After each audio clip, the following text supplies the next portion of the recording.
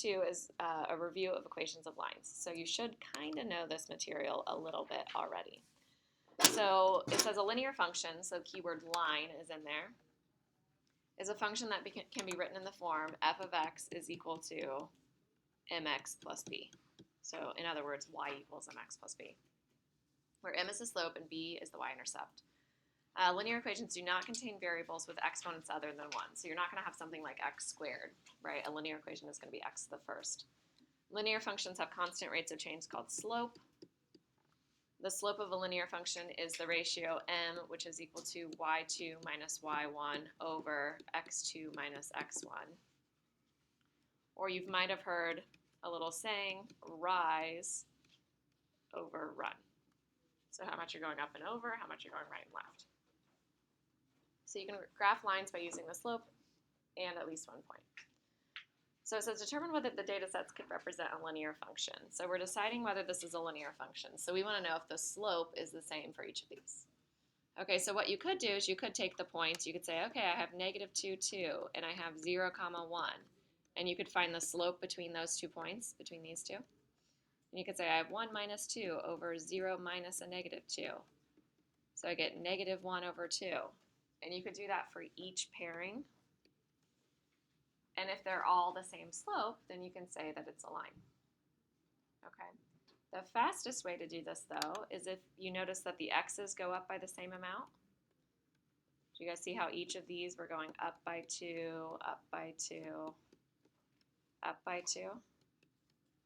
And then you check your y's, and you say, well, what do the y's go up or down by? Do you see it's negative 1, negative 1, negative 1? So if that happens, then your slope is the same for all of them. Okay, so you're checking that your change in y divided by the change in x is always the same. All right, so how about this one? So I'm going up by 1, up by 1, up by 1. But what about our y's? Up by 2, up by 4, up by 8. So there's definitely a pattern there. But when we talk about the slope of the first one is 2 over 1, the slope of the next pair is 4 over 1, and the slope of the last one is 8 over 1.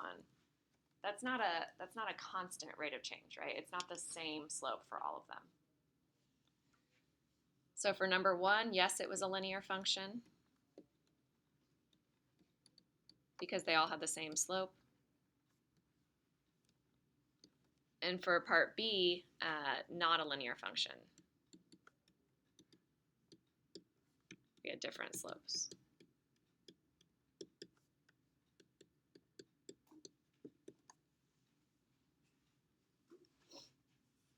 All right, so that's pretty easy to check, right? So you can just check your points like that.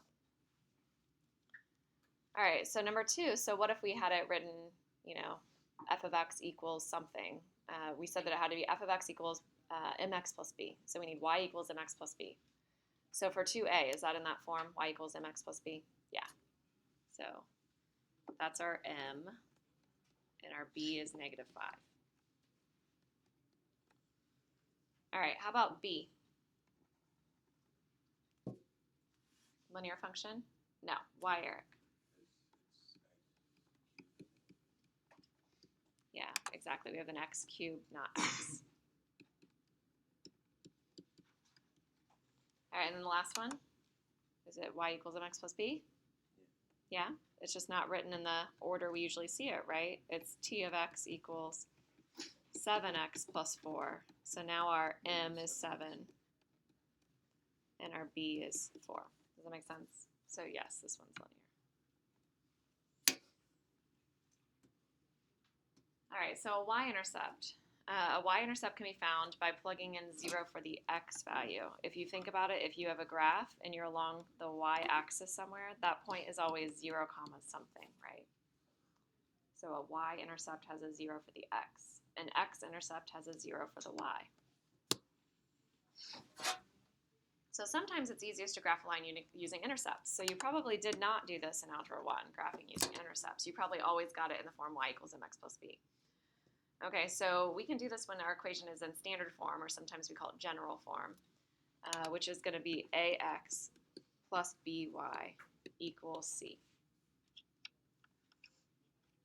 So if you see that your equation is set up like number 1, 4x plus 3y equals negative 12, there's a shortcut. We don't have to solve for y. We don't have to get it in the form y equals mx plus b. We can find the intercepts. Okay, so it's a very, very quick one. And most of you guys will be able to do this without writing anything. I'm going to write things for your notes, but I'm going to show you basically what we're doing.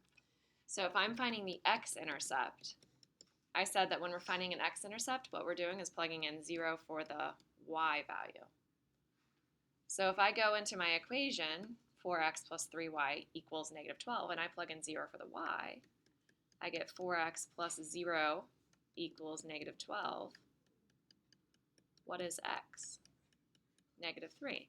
So what we did is we kind of just did like a little t-table. We said, okay, I plugged in 0 for my y, and I got a negative 3 for the x. So that's a negative 3 comma 0, like that. And then we do the same thing with the y-intercept. So a y-intercept, we plug in 0 for the x value. So if I go back to my original equation, 4x plus 3y equals negative 12, and I plug in 0 for the x value, I get 0 plus 3y equals negative 12.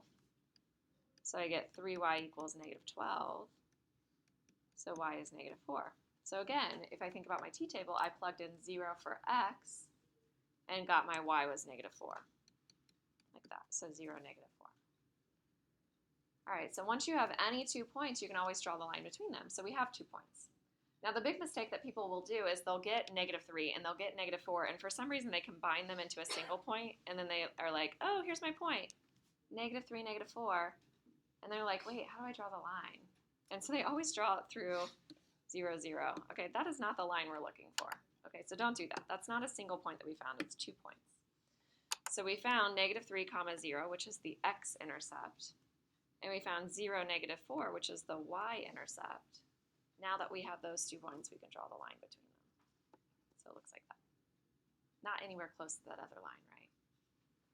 All right, does that make sense?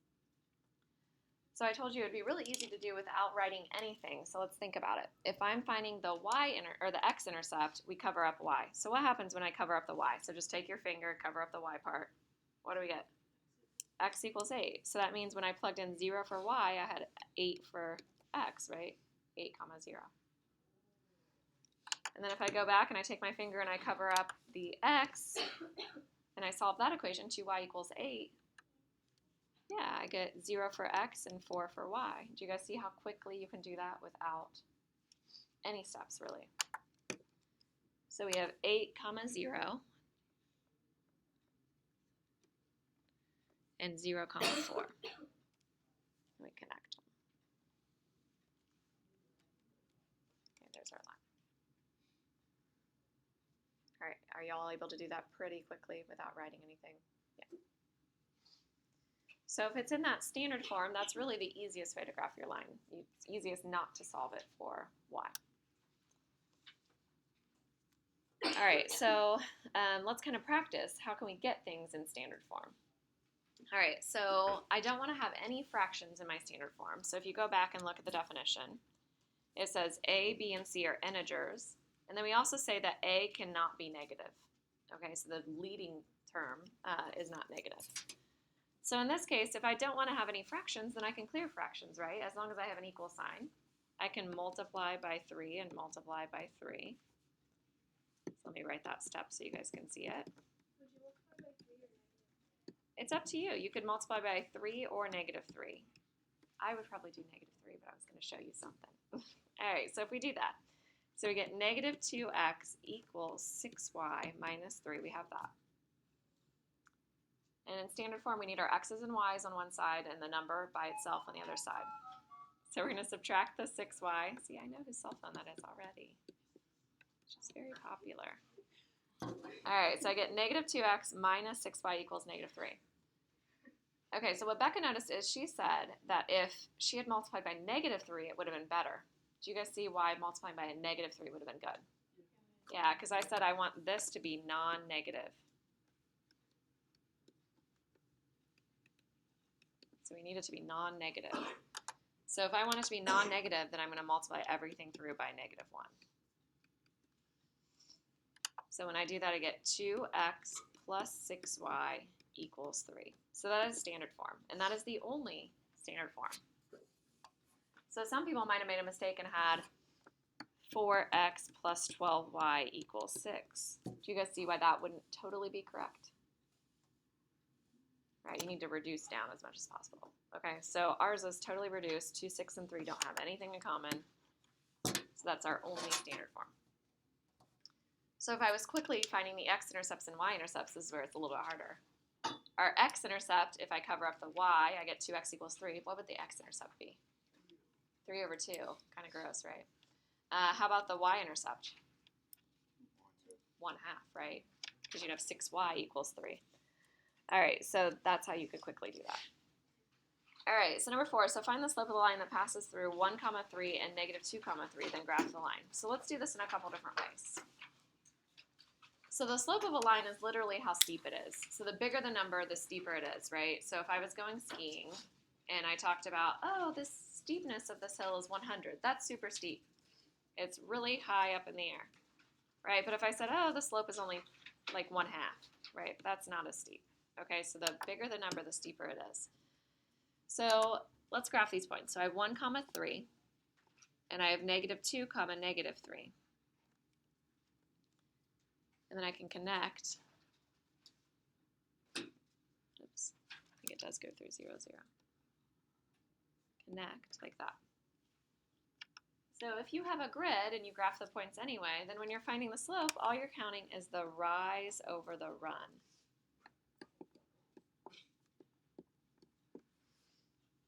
Okay, so the rise is how much you go up to get to the other point, and the run is how much you go over to get to the other point. But you do need to understand one thing when you talk about rise over run. You need to decide when the line is positive and when it's negative. Michael, please don't do that. All right, so we want to know when our slope is positive and when it's negative. So it's positive when you go up, and it's negative when you go down. So as you read it like a book, left to right. So I'm going up or I'm going down, okay? All right, so how much am I going up? So count the spaces, not the points. So 1, 2, 3, 4, 5, 6. Do you guys have 6 for rise? All right, and then the run, count the spaces, not the points. 1, 2, 3. So our slope then, or m, is going to be 6 over 3, which is 2. All right, so if you have a grid and you find it that way, that's pretty easy, right? Just counting. All right, but if you didn't have a grid, we wouldn't like graph out a grid every single time to find the slope. So that's when we would use that slope formula, the y2 minus y1 over x2 minus x1. So in that case,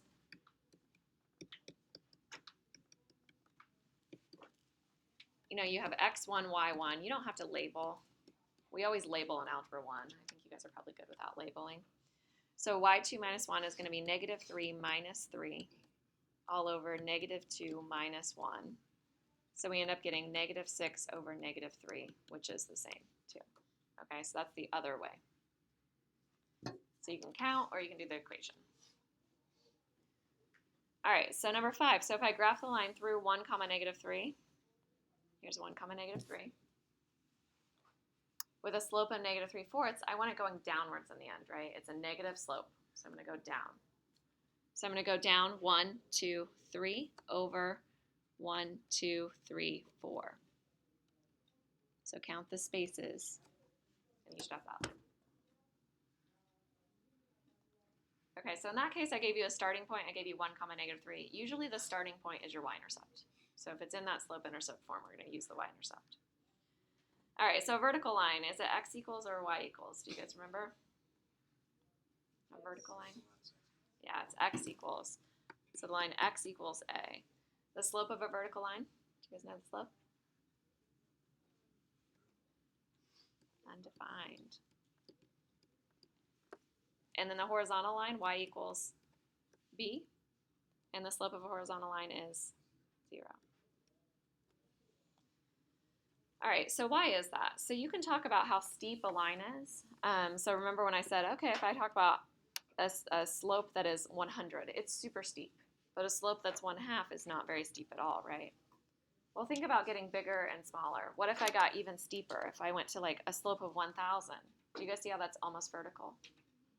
So what is the slope, kind of, for a straight up and down line? Not undefined necessarily, but what's like the biggest number you can possibly think of? Infinity. That's why it's undefined. The slope of a vertical line is basically infinity. Does it make sense? And then the slope of something that gets less steep. So if I started out at 1/2, and then I got even less steep, 1/4, 1/8, right? See how that's getting closer and closer to 0? Does it make sense? So that's how you can tell the difference. I always tell a cheesy story about skiing. I don't know, do you guys want story time? I can tell you this cheesy story. So when I was tutoring this girl, and well, it wasn't really, she was one of my really good friends, and she was a really good skier. And she tried out for the X Games, and I'm pretty old, so the X Games were like brand new then. And she was a really good skier, and she was really pumped about it. And so she went one weekend and tried out for the X Games, and going into the very last jump, she was in first place. So she was like, I'm going to make it. I'm so excited. And she said that she was looking at the hill, and she was like, words would not describe this hill. Like, it was straight up and down. Okay, words cannot describe. What does that mean? Undefined. Okay, so words cannot describe this hill. It was straight up and down. This is a true story, by the way. And so she skied down the hill, and about halfway down, she tumbled, and she, like, fell down the hill and then hit her head on a rock. She had a helmet on and everything, but she still had a really, really bad concussion. And so she came to me, and she was like, yeah, I just had the worst weekend. She told me what happened. She was like, I thought I was going to make it to the X Games. Like, not this year. I'm really bummed. And then she was in, like, this basic college algebra class in college. So she hated math. And so she was in a math class where they did this in college. And she was like, you know, like, I remember learning about this in high school, but I can never remember which one's undefined and which one's 0. And I was like, you're a skier. Like, of all people, like, you should understand the concept of slope. Like, when something's super steep, when something's not steep. And I was like, well, you just told me this whole long story about the X Games. I was like, let's use it. So that's what we said. So when she's at the very top of the hill and she's looking down, so here's my friend Sarah with her skis, and she's standing on top of it. Okay, what did she say about the hill? Words cannot describe this hill. It was undefined. So I was like, okay, well, now we just have to think about 0, right? So I said, don't you wish that the slope was totally flat and you could just ski your way to victory? 0 effort. Okay, so that's how you can remember. So it's a cheesy story, but if it helps you remember undefined and 0 effort, then it's worth it. All right, so anyway, so if the line rises to the right, then the slope is, so if I go to the right and I go upwards, whoops, my slope is positive. If your line is horizontal, your slope is 0, right? If it falls when you go to the right, the slope is negative. And if the line is vertical, then the slope is undefined.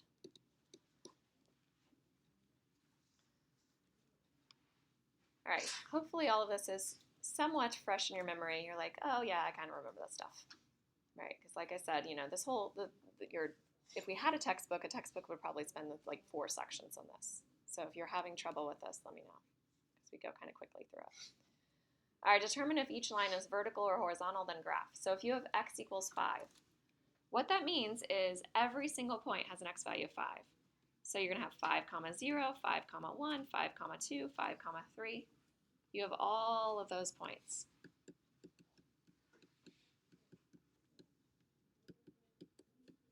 So when you have all of those points, it ends up being a vertical line. Do you guys understand what I'm saying? All of the x values have a 5.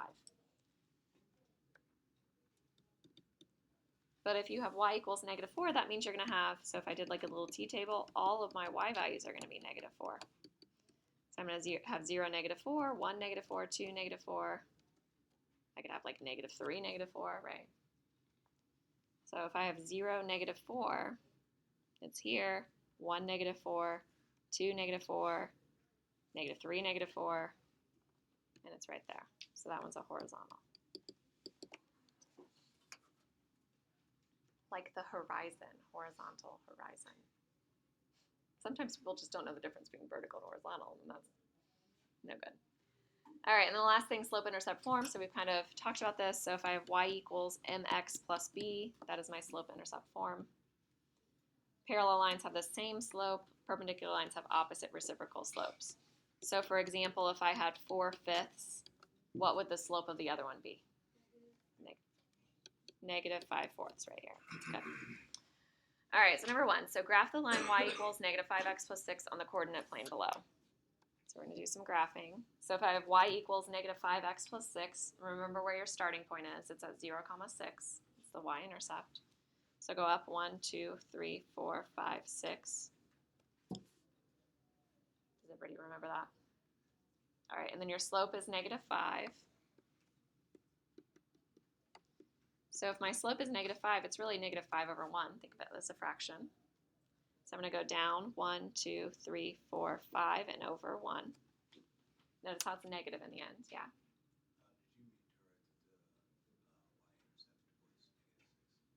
Yeah, the b value is negative 6, yeah. That's the y-intercept, the b.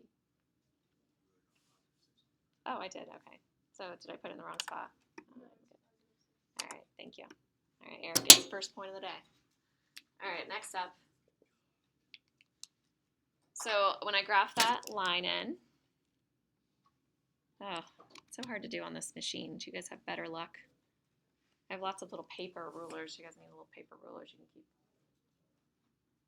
You can also use like your calculator, something like that. Bill, you came prepared. You have a ruler. That's good. All right, so find the equation of the line that is going to be parallel to this, but through negative 2, 3. So if I have negative 2, 3, I'm right here, and then my slope is still negative 5 over 1. So go down 1, 2, 3, 4, 5 over 1. And I can't really tell where my y-intercept is, but I could count again, right? So if I go down 1, 2, 3, 4, 5 over 1, then let's count it. Where am I at for the y-intercept? Negative 7, exactly. And then you would graph it in, and you would have parallel. So the equation of that new line is going to be y equals negative 5x minus 7. Okay, but we don't always want to graph every single thing. Especially some of you guys are not very good at graphing. Your graphs are very ugly because you don't use a ruler. You just put your points wherever. Like, I don't know how many times I've taught Algebra 2, and people, like, there's grid lines, and they just don't use the grid lines. Like, if they have graph paper, they just, like, they're a suggestion. Like, they put 3 here. I'm like, why is 3 there?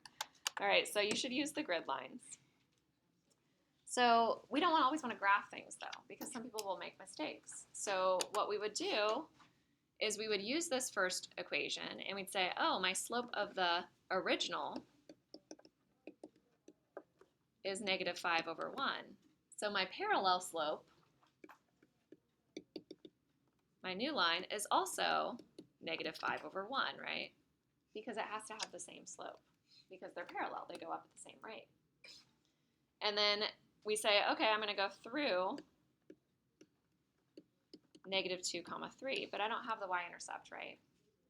So if you had the y-intercept, you could do your y equals mx plus b, but if we don't have it, then the way that you guys probably learned in Algebra 1 was to write y equals mx plus b and say, oh, my slope is negative 5. And then you temporarily plug in any point you want for x and y, right? So you can plug in negative 2, 3 to find b. Do you guys remember doing that? You don't plug it in for b because that's not the y-intercept. You plug it in temporarily for x and y. So we get 3 equals 10 plus b, subtract the 10 over, and that's how we get the negative 7. So then our line ends up being negative 5x minus 7. Okay? So we want to know how to do it without the graph. That's what we're going to be doing. Okay, and obviously they get harder than that. They're not always so nice. And that's, in general, that's how it is with Algebra 1 versus Algebra 2. Like Algebra 2, I could give you like lots of fractions, right? Just got to deal with it. So we can do this. All right, so number 2, so graph the line through 2, 1 that is perpendicular to the line with equations 2x minus 3y equals 6, and then find the equation of the line.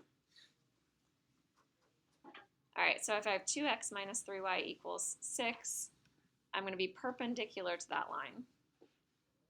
So I need to solve for y. To get it in the form y equals mx plus b. So I'm going to subtract my 2x over. And I'm going to divide by negative 3. So when I do that, I get y equals positive 2/3 x minus 2. Okay, the only information we get from this line is the slope. We ignore everything else. So you can kind of even cross everything else out. Okay, so the only thing that matters is the slope. And we said perpendicular to that. So our perpendicular slope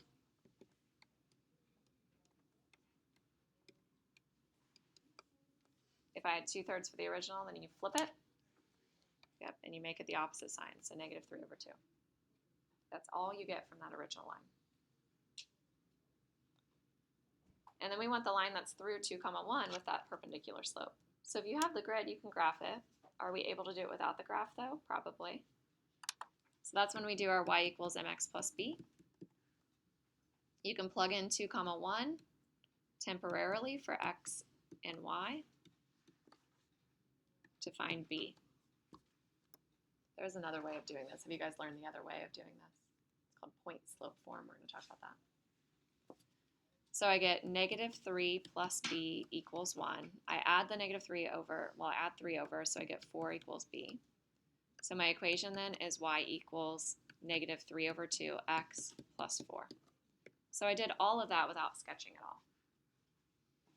But if you had sketched, you'd have 2, 1, and then your slope, you know, is negative 3/2. So you go down 1, 2, 3/2. Now, if I'm always going down and to the right, down and to the right, down and to the right, I'm not going to find that y-intercept. So don't always think that you have to go like rise is, if it's negative, go down. Like you could go up, but then your run is backwards, right? It's left. Just as long as in the end you're going downwards. Like the slope is, like as you read it like a book, left to right, it goes down. So what we could do is we could go up 1, 2, 3/2, and then we find the y-intercept. And sometimes it's not nice. Sometimes it's like between 2 points. Sometimes the y-intercept is like 11/2, right? All right, so you can check that is a y-intercept of 4, and then the slope is negative 3/2. Easy? You guys feel good about this stuff? Okay. All right, here's a different one. You guys probably didn't do these in Algebra 1. So write the equation of the line perpendicular to y equals 6 through the point negative 5, negative 3. All right, so if you're going to be perpendicular to y equals 6, I know this answer immediately. Like as soon as I look at this, I know right away. Does anybody know right away what the answer is? Yeah, I heard someone say it. Was it you? Logan. And I feel like you're like throwing your voice. I was like, I'm looking right at you and I didn't see you say it. Yeah, it's x equals negative 5. Did anybody else see that? X equals negative 5. All right, so here's what it says. It says perpendicular to a y equals. So just show me with your hands what a y equals equation looks like. It looks like this, right? It's horizontal. All right, so if you're going to be perpendicular to that, what's it going to look like? It's going to look like this. It's going to be an x equals. So that's when you say, well, what point does it go through? It goes through the point negative 5, negative 3. So the x equals negative 5. Does that make sense? So sometimes people need to see a sketch. If you're perpendicular to y equals 6, here's the line y equals 6. You're through the point negative 5, negative 3. That's right here. So if you're going to be perpendicular and going through that point, every single point on this line will have an x value of negative 5. So it's x equals negative 5. So you should know right away when you see this. So let me try you with some other ones. So what if I say parallel to x equals 3 through the point negative 1, 7? It'd be y equals, would it be y equals? X equals. It would be x equals 7. Why is this one an x equals? Because we said parallel, right? We said parallel to an x equals equation. Does that make sense? All right, what if I said perpendicular, that's the symbol for perpendicular, to y equals negative 2 through 0, 4. X equals 0, right? Does that make sense? Perpendicular to a y equals is an x equals, yeah. I have a question on the first one. It said, like, parallel, would it not be negative 1? Because if it's parallel, wouldn't it be x? Oh, yeah, I wrote 7, didn't I? What am I doing? X equals negative 1, thank you. I was just testing you. It is also a Monday morning, basically, for me after a long break as well. All right. Does it make sense? Do you guys get it? Okay. So number 4, so write the equation negative 4x plus y equals negative 1 in slope-intercept form, then graph the function. So if you're writing in slope-intercept form, all we're going to do is get the y by itself. So this one's pretty easy, right? We just add the 4x over. So we get y equals 4x minus 1. So our y-intercept is negative 1. Our slope is 1, 2, 3, 4 over 1. And then we connect our points. Easy enough.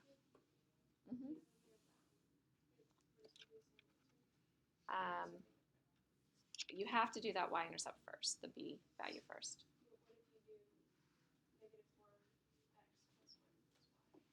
It would equal negative y. You'd have to subtract the, do you see, like if you subtracted this over here, it'd be negative y. Does that make sense?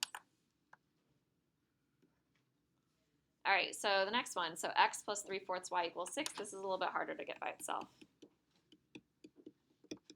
So let's subtract the x over. So I have 3/4 y equals negative x plus 6. And now we need to get rid of that 3/4. So I would do it all at once by multiplying by 4/3.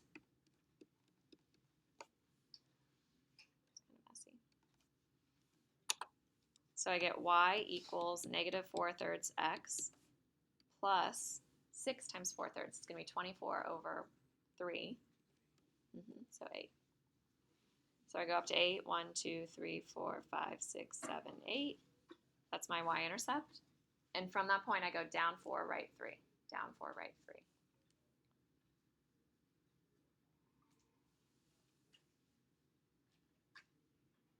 Sometimes I do it a couple times to get a nice straight line.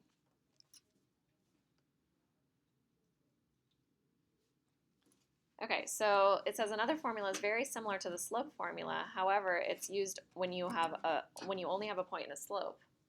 So if you don't have the y-intercept and you just have a point, any point, then we use what's called point-slope form. And I do expect you to know this in Algebra 2, because sometimes I'll say you can leave your answer in point-slope form. So this one, although we didn't use it much in Algebra 1, how many of you guys have never seen this formula before? Yeah, some of you guys have seen it. Okay, if you haven't seen it, it's fine. We don't use it a lot in Algebra 1 because we always teach you to do the y equals mx plus b. Okay, but we use it in Algebra 2 pre-calc and AP Calc especially, because on the AP Calc test you can leave things like this. So if I gave you something crazy, if I said, okay, my slope is negative 31 over 7, and I want you to go through the point negative 1/4 comma 2/7, right? That is a mess. Your answer would be y minus 2/7 equals negative 31 over 7 times x plus 1/4. Do you want to multiply that out and get it in the form y equals mx plus b? No. That is how answers are in AP Calc. So if you don't want to learn point-slope form, go ahead. You can multiply it all out and spend a lot of time doing that, and then probably get the wrong answer in the end because you make little errors, right? So this is why we learn point-slope form. So we can always write it in this easier form. Okay, so if you have a point and slope, then you can leave it like that when you're in Algebra 2 and when you're in AP Calc and Pre-Calc. All right, now what I usually have you guys do is I have you simplify anyway. I have you write it in the form y equals mx plus b, because usually they're pretty nice numbers in Algebra 2. All right, so find the equation of the line through negative 2, comma, negative 3, and 2, comma, 5. So write your final answer in slope-intercept form. So I have first way with y equals mx plus b. So the first thing we have to do is find the slope. So we have our x1, y1, and our x2, y2. So I'm going to have 5 minus a negative 3 all over 2 minus a negative 2. So I get 8 over 4, which is 2. Some of you guys are going to be very speedy with slope. There are some shortcuts. If you say, how do I change it to go from negative 3 to 5? I add 8. How do I change this one? I add 4. 8 over 4 is 2. You could do it that way without writing it out. So I have y equals 2x plus b, and we temporarily plug in either point. It does not matter which point. So let's say I plug in the one with less negatives, 2, comma, 5. So I'm going to have 5 equals 2 times 2 plus b. So I get b equals 1. Did you guys see that? 4, subtract over. So my answer would be y equals 2x plus 1.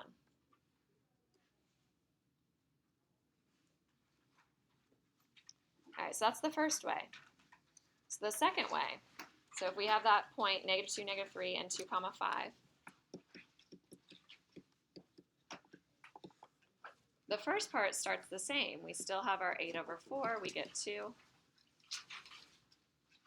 But now we use any point and we plug it in. So y minus y1 equals m times x minus x1. So our slope was 2, and our point that we're using is 2, 5.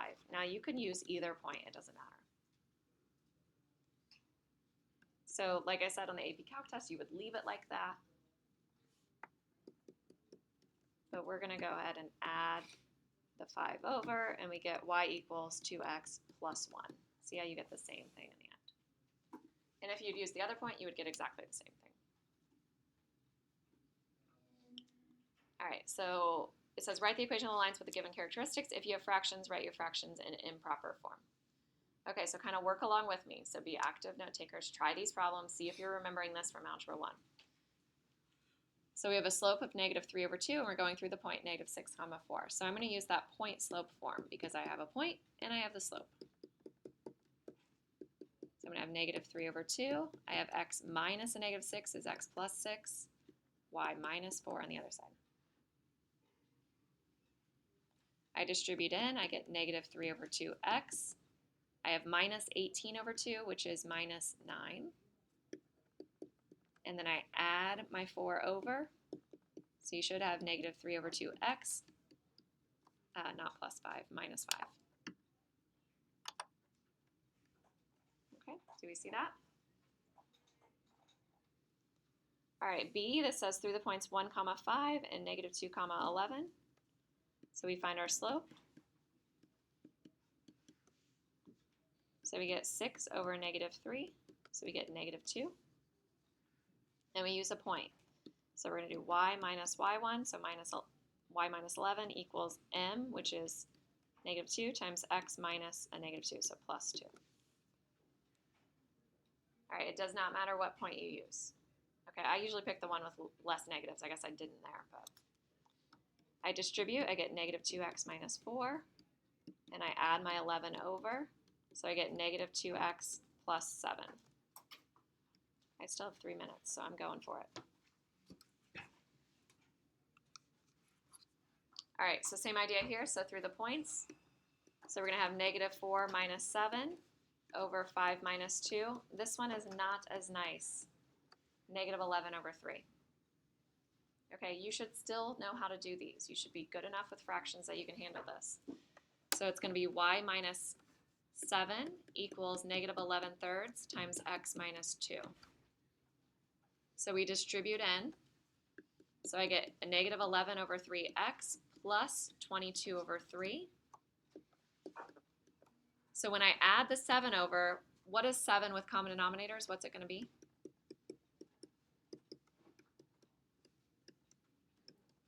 Seven is 21 over 3, right? So when we combine, we get y equals negative 11 thirds x plus 43 over 3. Can you handle it even when there's fractions? All right, good. So I'm going to give you your homework. Make sure you leave your homework in the middle of the